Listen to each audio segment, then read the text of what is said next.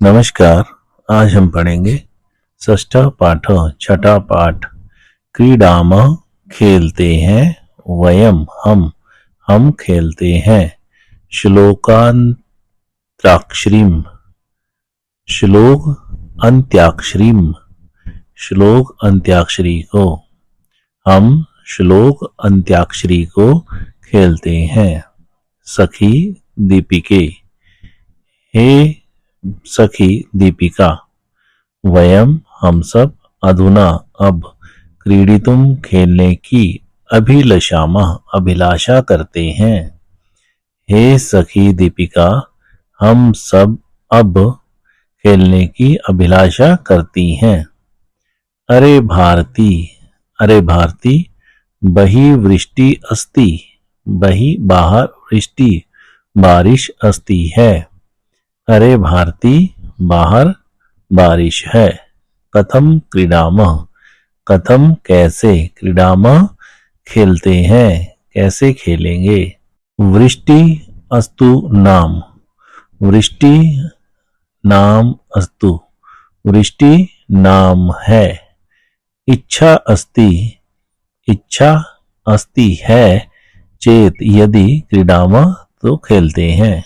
चेत यदि इच्छा अस्ति इच्छा है तो क्रीडामः हम खेलते हैं। बहिर्गमनस्य बाहर जाने की आवश्यकता एव ही न अस्ति नहीं है। बाहर जाने की आवश्यकता ही नहीं है।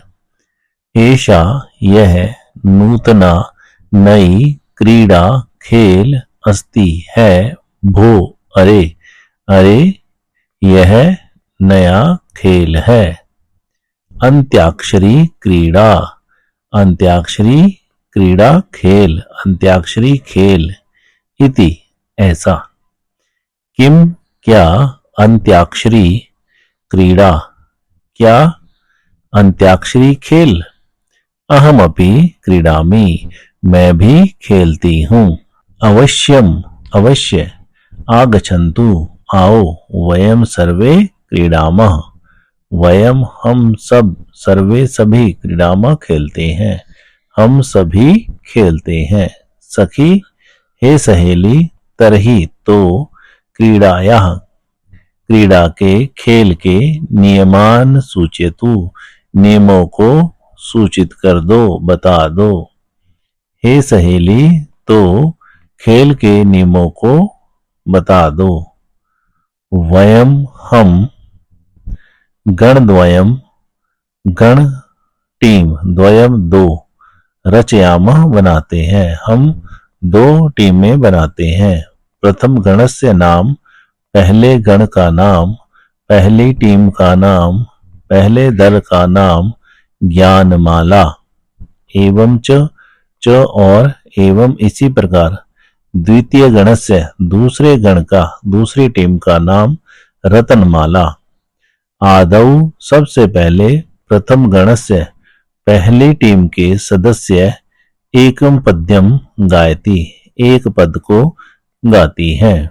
तस्य पद्यस्य अंतिमेन व्यंजन वर्णेन, तस्य उस पद्यस्य पद्य के गीत के श्लोक के अंतिमेन अंतिम व्यंजन वर्णेन व्यंजन वर्ण से द्वितीय गणस्य दूसरी टीम के सदस्या वा अथवा सदस्या अन्य श्लोकम गायति अन्य श्लोक गाती है।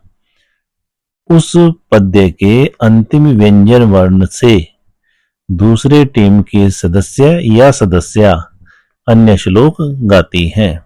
एवं इस प्रकार क्रमशः क्रम पूर्वक क्रीड़ा प्रचलति खेल चलता है। अहो अरे महान आनंदः, महान अत्यधिक आनंदः आनंद भविष्यति होगा। अरे महान आनंद होगा, अत्यधिक आनंद होगा। तरहि क्रीडामः तो हम सब खेलते हैं। आदौ सबसे पहले ज्ञानमाला गण, ज्ञानमाला गण से ज्ञानमाला टीम से रेफ इति अक्षराद र इति इस अक्षर से पद्यम गायति पद्य गाती है। ततः रत्नमाला गणा, तब रत्नमाला टीम वदती बोलती है।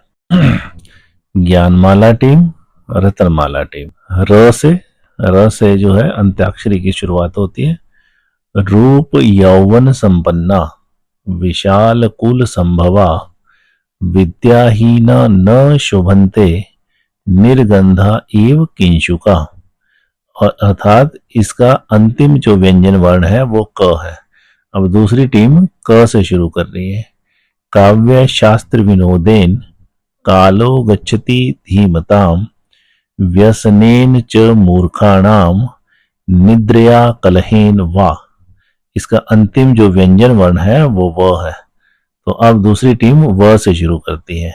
विद्या विवादाय, धनम मदाय, शक्ति परेशाम, परिपीडनाय, खलस्य साधो विपरीतम एतत्, ज्ञानाय दानाय च रक्षणाय। इसका अंतिम वर्ण य से श्लोक दूसरी टीम द्वारा। येषाम न विद्या न तपो न दानम, ज्ञानम न शीलम, न गुणो न धर्म, ते मृत्युलोके भुवि भारभूता, मनुष्य रूपेण मृगाश्चरन्ति। अंतिम व्यंजन वर्ण त। ज्ञानमाला टीम की तरफ से त से श्लोक। तदा वृत्तिश्च कीर्तिश्च लक्ष्मीर्वाणी यशस्विनी, तत्वज्ञानम परा शांतिर्यदा, विद्या भवेत तव, विद्या भवेत तव। अंतिम व्यंजन वर्ण व। विद्या नाम नरस्य रूपम अधिकम प्रछन्न गुप्तम धनम, विद्या भोग करी, यश सुख करी, विद्या गुरुणाम गुरु, विद्या बंधुजनो विदेश गमने, विद्या परा देवता। विद्या राजसु पूज्यते न हि धनम, विद्या विहीन पशु। अंतिम व्यंजन वर्ण श। शनै पंथा, शनै कंथा, शनै पर्वत लंघनम, शनैर्विद्या शनैर्वित्तम, पंच एतानि शनै शनै। न से। न विद्यया विना सौख्यम, नराणाम जायते ध्रुवम, अतो धर्मार्थ मोक्षेभ्यो विद्याभ्यासम समाचरेत। त वर्ण। ताराणाम भूषणम, चंद्रः लतानाम भूषणम सुमम, पृथ्व्या भूषणम राजा, विद्या सर्वस्य भूषणम। अंतिम वर्ण अण या न। न चोरहार्यम, न च राजहार्यम, न भ्रातृभाज्यम, न च भारकारी, व्ययकृते वर्धत एव नित्यम, विद्याधनम सर्वधन प्रधानम। अंतिम वर्ण न। आइए अब इन श्लोकों को एक एक करके हम समझते हैं। सबसे पहला श्लोक। रूप यौवन संपन्ना, विशाल कुल संभवा, विद्याहीना न शोभन्ते, निर्गंधा इव किंशुका। अर्थात रूप यौवन संपन्ना, इसका पदच्छेद देखिए। रूप यौवन संपन्ना, विशाल कुल संभवा, विद्याहीना न शोभन्ते, निर्गंधा इव किंशुका। अन्वय। रूप यौवन संपन्ना, विशाल कुल संभवा, परंतु विद्याहीना जना, निर्गंधा किंशुका इव न शोभन्ते। भावार्थ। रूप यौवन से संपन्न, विशाल कुल में उत्पन्न, विद्या से हीन, न शोभते, सुशोभित नहीं होते। अर्थात ये शाम सुंदरम रूपम अस्ति, जिनका रूप सुंदर है, यौवनम अस्ति यौवन है, युवावस्था है, उत्तमे कुले जन्म, उत्तम कुल में जन्म, अपि प्राप्तम जन्म भी प्राप्त किया है, किंतु ते वे यदि विद्यायाः अर्जनम न कुर्वन्ति, विद्या का अर्जन नहीं करते हैं। अर्जन का मतलब एकत्रित, इकट्ठा। तरही तो तेषाम शोभा न भवति, तो उनकी शोभा नहीं होती। रूप यौवन से संपन्न, विशाल कुल में उत्पन्न, विद्या से हीन न शोभन्ते, सुशोभित नहीं होते। अर्थात ऐसे व्यक्ति सुशोभित नहीं होते जो रूप यौवन से तो संपन्न है, विशाल कुल में उत्पन्न भी है, लेकिन विद्या से हीन है, इसलिए वे सुशोभित नहीं होते। इस तरह सुशोभित नहीं होते, यथा जैसे पुष्पिता पलाश वृक्षा, पुष्पित पलाश के पेड़, पुष्पित मतलब जिन पे फूलों से युक्त, पलाश के पेड़ दर्शने देखने में अतीव अत्यधिक सुंदरा संति, सुंदर हैं। जैसे फूलों से युक्त पलाश के पेड़ देखने में अतीव सुंदर हैं, किंतु परंतु तेषु सुगंध न भवति, उनमें सुगंध नहीं होती है। जना लोग तेषाम उनका उपयोगम उपयोग न नहीं कुर्वन्ति करते हैं, लोग उनका उपयोग नहीं करते हैं। उनका किनका? पलाश के फूलों का, पलाश के वृक्षों पर जो लगे हुए फूल हैं उनका लोग प्रयोग नहीं करते, क्योंकि उनमें सुगंध नहीं होती। अतः इसलिए रूपस्य यौवनस्य उच्च कुलस्य च, रूप का, यौवन का और उच्च कुल की अपेक्षा विद्या एवं श्रेष्ठा, विद्या ही श्रेष्ठ होती है। इसलिए रूप, यौवन और उच्च कुल की अपेक्षा की तुलना में विद्या ही श्रेष्ठ होती है। निर्गंधा इव किंशुका, इस प्रकार विद्या से हीन व्यक्ति सुशोभित नहीं होते, जैसे किंशुका निर्गंधा, निर्गंध बिना गंध वाले किंशुक के फूल सुशोभित नहीं होते, उसी प्रकार रूप यौवन से संपन्न, विशाल कुल में उत्पन्न, लेकिन विद्या से हीन व्यक्ति उसी प्रकार सुशोभित नहीं होते जिस प्रकार बिना गंध वाले किंशुक के अर्थात पलाश के फूल सुशोभित नहीं होते। काव्य शास्त्र विनोदेन कालो गच्छति धीमताम, व्यसनेन च मूर्खाणाम निद्रया कलहेन वा। पदच्छेद काव्य शास्त्र विनोदेन कालः गच्छति धीमताम, व्यसनेन च मूर्खाणाम निद्रया कलहेन वा। अन्वय धीमताम कालः, धीमताम बुद्धिमानों का, कालः समय, धीमताम बुद्धिमानों का, कालः समय। काव्य शास्त्र विनोदेन, काव्य शास्त्र के आनंद में, गच्छति व्यतीत होता है, बीतता है, बुद्धिमानों का समय काव्य शास्त्र के विनोद में अर्थात उसको पढ़ने में, उनका अध्ययन करने में, काव्य शास्त्र के आनंद में गच्छति बीतता है। व्यसनेन च और मूर्खाणाम मूर्खों का, व्यसनेन व्यसन में, बुरी लत में, निद्रया नींद में, कलहेन वा अथवा कलहेन झगड़े में। इसके विपरीत मूर्खों का समय व्यसन में, नींद में अथवा झगड़े में बीतता है।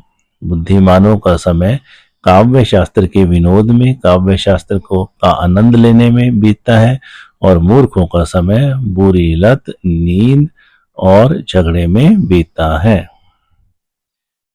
अन्वय धीमताम कालः काव्य शास्त्र विनोदेन मूर्खाणाम च कालः व्यसनेन निद्रया कलहेन वा गच्छति। भावार्थ बुद्धिमन्तः जना, बुद्धिमान लोग, काव्यानाम शास्त्राणाम च काव्यों का और शास्त्रों का, अनुशीलनेन अनुशीलन करने से, अनुसरण करने से, समयस्य सदुपयोगम कुर्वन्ति समय का सदुपयोग करते हैं, उत्तम उपयोग करते हैं। बुद्धिमान लोग काव्यों और शास्त्रों के अनुशीलन से अनुसरण से समय का सदुपयोग करते हैं।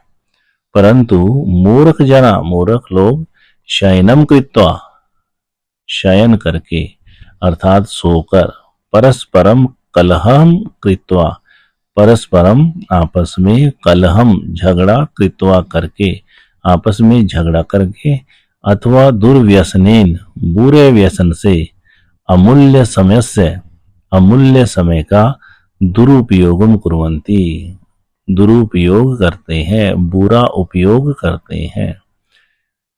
परंतु मूर्ख लोग सोकर, आपस में झगड़ा कर अथवा बुरी लत में अमूल्य समय का दुरुपयोग करते हैं। अतः वयम, इसलिए हम सब, नित्यम हर रोज, विद्याभ्यास से, पठनेन लेखनेन वा, पढ़ने से अथवा लिखने से, समय से सदुपयोगम कुर्मः, समय का सदुपयोग करते हैं या करना चाहिए। इसलिए हमें नित्य विद्याभ्यास से, पढ़ने से अथवा लिखने के द्वारा समय का सदुपयोग करना चाहिए।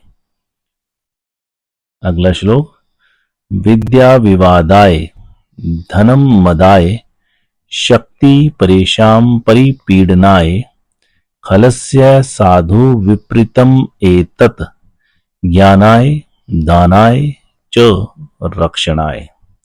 पदच्छेद, विद्या विवादाय धनम मदाय शक्ति परेशान परिपीडनाय खलस्य साधो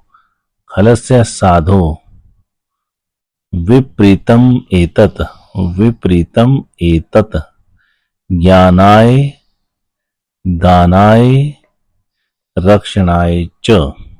अन्वय, खलस्य विद्या विवादाय धनम मदाय शक्ति परेशान परिपीडनाय च भवति, परम साधो एतद् विपरीतम विद्या ज्ञानाय धनम दानाय शक्ति रक्षणाय च भवति।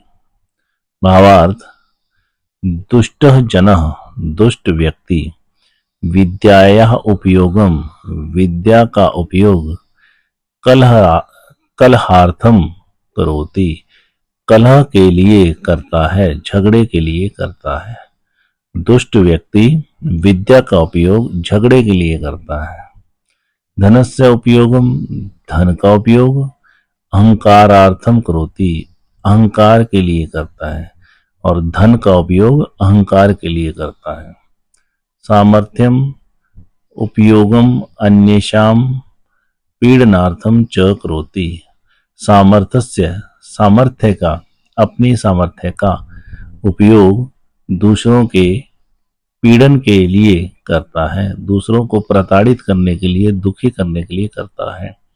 किंतु सज्जनस्य स्वभाव, सज्जन का स्वभाव, एतस्य विपरीतः, इसके विपरीत, उल्टा, भवति होता है। परंतु सज्जन का स्वभाव इसके विपरीत होता है। स विद्यायाः उपयोगम, वह विद्या का उपयोग, अन्येषां ज्ञान वर्धनार्थम, अन्येषां दूसरों के, ज्ञान वर्धनार्थम, ज्ञान में वर्धन के लिए, ज्ञान में बढ़ोतरी के लिए, वृद्धि के लिए करता है। वह विद्या का उपयोग दूसरों के ज्ञान में वृद्धि के लिए करता है। धनस्य उपयोग, धन का उपयोग, दानार्थम, दान के लिए, करोति करता है। सामर्थ्यस्य उपयोगम, सामर्थ्य का उपयोग, दुर्बला नाम रक्षणार्थम च करोति, दुर्बलों की, निर्बलों की रक्षा के लिए करता है। खलस्य, दुष्ट की, विद्या विवादाय, विवाद के लिए होती है। दुष्ट का धन मदाय, दुष्ट का धन मद के लिए अर्थात अहंकार के लिए होता है। खलस्य, शक्ति, दुष्ट की शक्ति, परेशान दूसरों को, परिपीडनाय, पीड़ित करने के लिए, कष्ट देने के लिए होती है।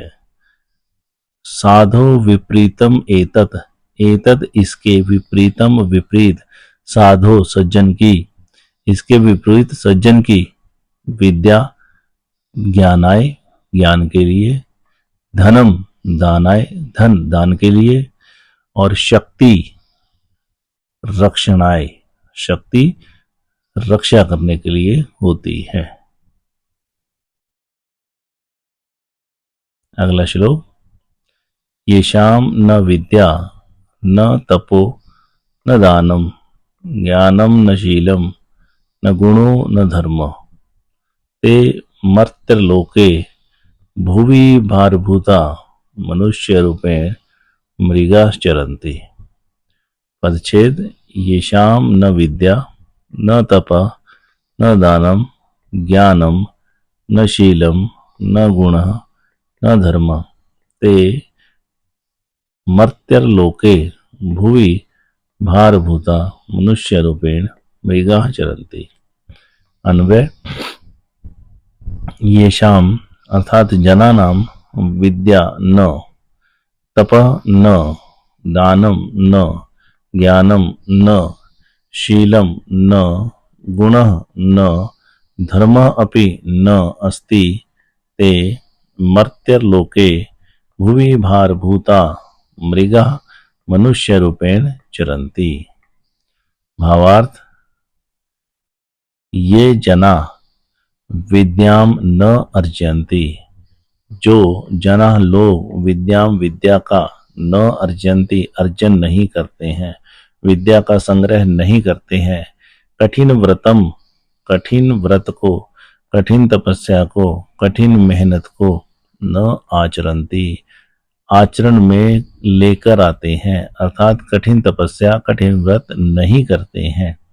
दानम न कुर्वन्ति दान नहीं करते हैं, ज्ञानम न अर्जयन्ति ज्ञान को अर्जित नहीं करते हैं, एकत्रित नहीं करते हैं, उत्तम चरित्रवन्तः न भवन्ति उत्तम चरित्र वाले न नहीं भवन्ति होते हैं। गुणवन्तः गुणवान न सन्ति नहीं है, धर्माचरणम न कुर्वन्ति धर्म का आचरण नहीं करते हैं, ते वे अस्याम भूमौ इस भूमि पर, भारभूता भार के रूप में, संतः संत, पशुवः इव पशुओं की तरह, संतः होने पर भी, इतस्ततः इधर उधर भ्रमंती घूमते हैं।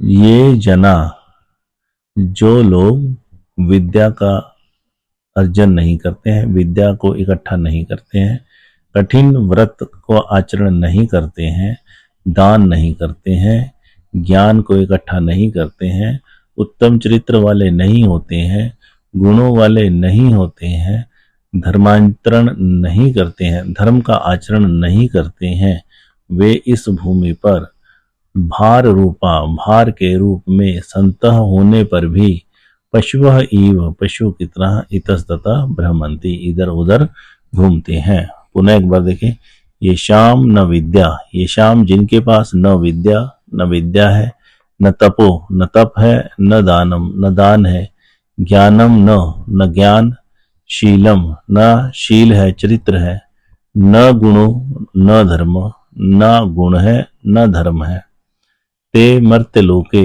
वे इस मृत्यु लोक पर, भूवि धरती पर, इस मृत्यु लोक रूपी धरती पर, भार भूता भार के रूप में, मनुष्य रूपेण मृगाः चरन्ति मनुष्य के रूप में पशुओं की तरह, चरन्ति आचरण करते हैं या घूमते हैं। अगला श्लोक, तदावृत्तिश्च कीर्तिश्च लक्ष्मीर्वाणी यशस्विनी तत्वज्ञानम परा शांतिर्यदा विद्या भवेत तव, विद्या भवेत तव।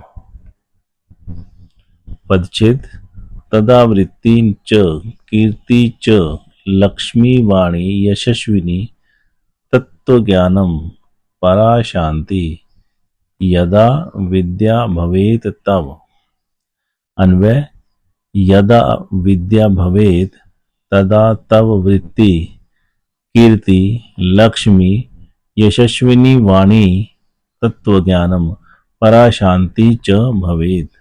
अर्थात यदि तुम विद्याम अर्जयसी, विद्या को अर्जित करते हो, विद्या का संग्रह करते हो, तरही तो तुम उद्योगम उद्योग को, यशः यश को, धनम धन को, कीर्ति प्रदाम वाणीम कीर्ति प्रदान करने वाली वाणी को, वास्तविकम ज्ञानम वास्तविक ज्ञान को, उत्तमाम शक्तिम च और उत्तम शक्ति को प्राप्नोषि प्राप्त करते हो। अतः इसलिए निरंतरम लगातार विद्यार्जनम करणीयम, विद्या का अर्जन करना चाहिए। विद्या नाम नरस्य रूपम अधिकम प्रच्छन्न गुप्तम धनम, विद्या भोग करी यशः सुख करी, विद्या गुरुनाम गुरु, विद्या बंधु जनो विदेश गमने, विद्या परा देवता, विद्या राजसु पूज्यते न ही धनम विद्या विहीन पशु। अर्थात पदच्छेद विद्या नाम नरस्य रूपम अधिकम प्रच्छन्न गुप्तम धनम, विद्या भोग करी यश सुख करी, विद्या गुरु नाम गुरु, विद्या बंधु जन विदेश गमने, विद्या परा देवता, विद्या राजसु पूज्यते न ही धनम विद्याहीन विद्या विहीन पशु। अर्थात विद्या नाम नरस्य, विद्या नर का नाम है, रूपम रूप है, विद्या नर का नाम और रूप है, अधिकम प्रच्छन्नम गुप्तम धनम विद्या, अधिकम अत्यधिक, प्रच्छन्नम छिपा हुआ, गुप्त गुप्त, धनम धन, विद्या भोग करी भोग कराने वाली, यशः यश देने वाली, सुख करी सुख देने वाली, विद्या गुरु नाम गुरु, विद्या गुरुओं की भी गुरु है, विद्या बंधु जनों, विद्या बंधु जन मित्रवत, विदेश गमने, विद्या परा देवता, विद्या राजसु पूज्यते न ही धनम विद्या विहीन पशु। अन्वय विद्या नाम नरस्य अधिकम रूपम प्रच्छन्न गुप्तम धनम अस्ति, विद्या नाम नर के अत्यधिक रूप छिपे हुए गुप्त धन है, विद्या मनुष्य का रूप है और छिपा हुआ गुप्त धन है। विद्या भोग करी, विद्या भोग कराने वाली, यश यश देने वाली, सुख करी सुख प्रदान करने वाली, च और अस्ति है, विद्या भोग कराने वाली, यश देने वाली, सुख देने वाली है, विद्या गुरु नाम गुरु, विद्या गुरुओं की भी गुरु है, अस्ति है, विद्या विदेश गमने बंधु जन भवति, विद्या परा देवता अस्ति, विद्या परा सबसे बड़ा, देवता देवता अस्ति है, विद्या सबसे बड़ा देवता है, विद्या राजसु पूज्यते, विद्या राजसु राजाओं में, पूज्यते पूजी जाती है, विद्या राजाओं में पूजी जाती है, न धनम न ही, धनम धन न नहीं ही निश्चय ही, पूज्यते पूजी जाती है, निश्चय ही धन नहीं पूजा जाता है। राजाओं में विद्या पूजी जाती है, धन नहीं पूजा जाता है। विद्या विहीन, विद्या से विहीन, जन व्यक्ति, पशु पशु भवति होता है, विद्या से विहीन, विद्या से रहित व्यक्ति पशु होता है। भावार्थ विद्या मनुष्यस्य श्रेष्ठम सौंदर्यम अस्ति, विद्या मनुष्यस्य मनुष्य का श्रेष्ठम श्रेष्ठ सौंदर्यम सौंदर्य सुंदरता अस्ति है। विद्या मनुष्य की सबसे श्रेष्ठ सुंदरता है। अदृश्यम अदृश्य जो दिखाई ना दे। गुप्तम गुप्त च और धनम धन है अस्ति है और ना दिखाई देने वाला गुप्त धन है। विद्या आनंदम जनयति विद्या आनंद उत्पन्न करती है। कीर्तिम वर्धयति कीर्ति अर्थात यश अर्थात नाम वर्धयति बढ़ाती है नाम बढ़ाती है प्रसिद्धि बढ़ाती है। सुखम च प्रददाति च और सुखम सुख प्रददाति प्रदान करती है। विद्या गुरुणाम गुरु अस्ति विद्या गुरुओं की भी गुरु है। विदेश यात्रायाम विदेश यात्रा में विद्या बंधु भवति बंधु होती है मित्रवत होती है। विदेश यात्रा में विद्या बंधु होती है। विद्या प्रधाना देवता अस्ति विद्या प्रधान सबसे मुख्य देवता अस्ति है विद्या प्रधान देवता है। राजसभाषु राजसभाओं में विदुषाम विद्वानों की एव ही सम्मान भवति होता है। विदुषाम विद्वानों का राजसभासु राजसभाओं में एव ही सम्मान भवति होता है। राजसभाओं में विद्वानों का ही सम्मान होता है। न तु धनिकस्य धनिक धनवान का न नहीं तू तो धनवान का तो नहीं। अतः इसलिए यह जो विद्याहीन विद्या से हीन भवति होता है सह वह पशु समान पशु के समान भवति होता है। इसलिए जो विद्या से हीन होता है वह पशु के समान होता है। शनै पंथा शनै कंथा शनै पर्वत लंघनम शनै विद्या शनै वित्तम पंच एतानि शनै शनै। पदछेद शनै पंथा शनै कंथा शनै पर्वत लंघनम शनै विद्या शनै वित्तम पंच एतानि शनै शनै। अन्वय ये जो पंच और एतानी इन दोनों की यहाँ पर संधि हुई है।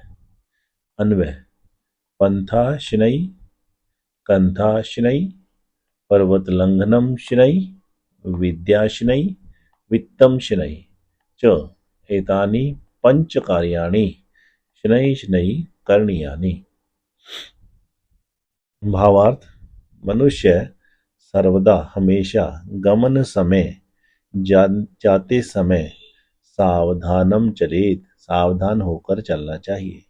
मनुष्य को हमेशा चलते समय सावधानी से चलना चाहिए। वस्त्रस्य सीवनम वस्त्र की सिलाई जागरूकतया कुर्यात जागरूकता से करनी चाहिए। वस्त्र को जागरूकता से सिलना चाहिए। पर्वतस्य ऊपरी पर्वत के ऊपर आरोहणम चढ़ाई क्रमेण कुर्यात क्रम पूर्वक करनी चाहिए अर्थात धीरे धीरे स्टेप बाय स्टेप जो है वो ऊपर ऐसे चढ़ाई करनी चाहिए। विद्याम धनम च विद्या च और धनम धन विद्या और धन निरंतरम निरंतर प्रयत्न पूर्वक प्रयास पूर्वक अर्जित करना चाहिए। विद्या और धन निरंतर प्रयास पूर्वक अर्जित करना चाहिए। एतानी ये पंच कार्याणि पांच काम शनै धीरे अर्थात सोपान क्रमेण धीरे धीरे ऊपरी क्रम में सोपान होता है सीढ़ी ऐसे सोपान क्रम में धीरे धीरे क्रम से एव कुर्यात करने चाहिए। ये पांच कार्य धीरे धीरे अर्थात सोपान क्रम से ही करने चाहिए। एक बार देखिए श्लोक पुनः। शनै पंथा शनै धीरे पंथा गमनम जाना चाहिए धीरे गमन करना चाहिए। शनै कंथा धीरे वस्त्र बुनना चाहिए। शनै पर्वत लंघनम पर्वत को लांघना पर्वत पर आरोहण करना, पर्वत पर चढ़ना शनैः धीरे धीरे चाहिए। शनैः विद्या धीरे धीरे विद्या ग्रहण करनी चाहिए। शनैः वित्तम धीरे धीरे वित्त यानी धन ग्रहण करना चाहिए। पंच एतानी एतानी ये पंच पांच शनैः शनैः धीरे धीरे ग्रहण करने चाहिए, या ये पांच कार्य धीरे धीरे करने चाहिए। अगला श्लोक, न विद्यया विना सौख्यम नराणाम जायते ध्रुवम अतो धर्मार्थ मोक्षेभ्यो विद्याभ्यासम समाचरेत। पदच्छेद, न विद्यया विना सौख्यम नराणाम जायते ध्रुवम अतः धर्म अर्थ मोक्षेभ्य। यहां से इसकी अलग अलग करेंगे, धर्म अर्थ मोक्षेभ्यो विद्याभ्यासम समाचरेत। अन्वय, विद्यया विना नराणाम ध्रुवम सौख्यम न जायते अतः धर्म अर्थ मोक्षेभ्य विद्याभ्यासम समाचरेत। भावार्थ, मानवानाम कृते मनुष्यों के लिए विद्या अर्जनम विद्या का अर्जन, विद्या को ग्रहण करना, विद्या का संग्रह करना अत्यंतम अनिवार्यम अत्यंत अनिवार्य भवती होता है। मनुष्यों के लिए विद्या का अर्जन, विद्या को ग्रहण करना, विद्या को एकत्रित करना अत्यंत अनिवार्य होता है। यदि नरः व्यक्ति, इंसान, मनुष्य विद्यार्जनम विद्या का अर्जन, विद्या को एकत्रित न कुर्वन्ति नहीं करता है। यदि मनुष्य विद्या का अर्जन नहीं करते हैं तर्हि तो स्थिरम सुखम न प्राप्नुवन्ति, स्थिर सुख नहीं प्राप्त करते हैं। स्थिर मतलब लंबे समय तक सुख प्राप्त नहीं करते हैं। यदि मनुष्य विद्या का अर्जन, विद्या को अर्जित नहीं करते हैं तो वे स्थिर सुख को, लंबे समय तक रहने वाले सुख को प्राप्त नहीं करते हैं। अतः धर्म साधनाए अर्थ लोभाए, धर्म साधना के लिए, अर्थ लाभाए अर्थ लाभ के लिए यानी धन के लाभ के लिए, मोक्षम प्राप्तुम च और मोक्ष प्राप्त करने के लिए विद्याभ्यासम कुर्यात् विद्या का अभ्यास करना चाहिए। इसलिए धर्म साधन के लिए, अर्थ लाभ के लिए और मोक्ष प्राप्ति के लिए विद्या का अभ्यास करना चाहिए। अब इस श्लोक को देखिए, नराणाम सौख्यम, नराणाम मनुष्यों का, सौख्यम सुख, विद्या विद्या के, विना बिना, न नहीं, जायते उत्पन्न होता है, ध्रुवम निश्चित ही, डेफिनेटली, निश्चित ही मनुष्यों का सुख विद्या के बिना नहीं उत्पन्न होता है। अतः इसलिए धर्म अर्थ मोक्षेभ्यो, धर्म अर्थ और मोक्ष के लिए विद्या अभ्यासम विद्या का अभ्यास समाचरित करना चाहिए। इसलिए धर्म अर्थ मोक्ष के लिए विद्या का अभ्यास करना चाहिए। ताराणाम भूषणम चंद्रः लतानाम भूषणम सुमम पृथ्व्याः भूषणम राजा विद्या सर्वस्य भूषणम। पदच्छेद, ताराणाम भूषणम चंद्रः लतानाम भूषणम सुमम पृथ्व्याः भूषणम राजा विद्या सर्वस्य भूषणम। इस श्लोक का अन्वय, चंद्रः ताराणाम भूषणम अस्ति, सुमम लतानाम भूषणम अस्ति, राजा पृथ्व्याः भूषणम अस्ति, परम विद्या सर्वस्य भूषणम अस्ति। भावार्थ, तारकाः तारे चंद्रेण सह चंद्रमा के साथ शोभन्ते सुशोभित होते हैं। तारे चंद्रमा के साथ सुशोभित होते हैं। लता कुसुमई सह, लताएं बेलें कुसुमई फूलों के सह साथ शोभन्ते सुशोभित होती हैं। लताएं फूलों के साथ सुशोभित होती हैं। राजा पृथ्व्याः शोभाम वर्धयति, राजा पृथ्व्याः पृथ्वी की शोभाम शोभा को वर्धयति बढ़ाता है। राजा पृथ्वी की शोभा को बढ़ाता है। विद्या, विद्या के द्वारा सर्वेषाम सभी मनुष्याणाम मनुष्यों की शोभा सुंदरता वर्धते बढ़ती है। विद्या के द्वारा सभी मनुष्यों की शोभा बढ़ती है। अब इस श्लोक को देखते हैं। तारानाम भूषणम चंद्रः, तारानाम तारों का, भूषणम आभूषण, चंद्रः चंद्रमा है, तारों का आभूषण चंद्रमा है। लतानाम भूषणम सुमम, लतानाम लताओं का, बेलों का, भूषणम भूषण आभूषण गहना, सुमम फूल है, लताओं का आभूषण फूल है। पृथ्व्याः भूषणम राजा, राजा पृथ्व्याः भूषणम, पृथ्वी का आभूषण है, राजा पृथ्वी का आभूषण है।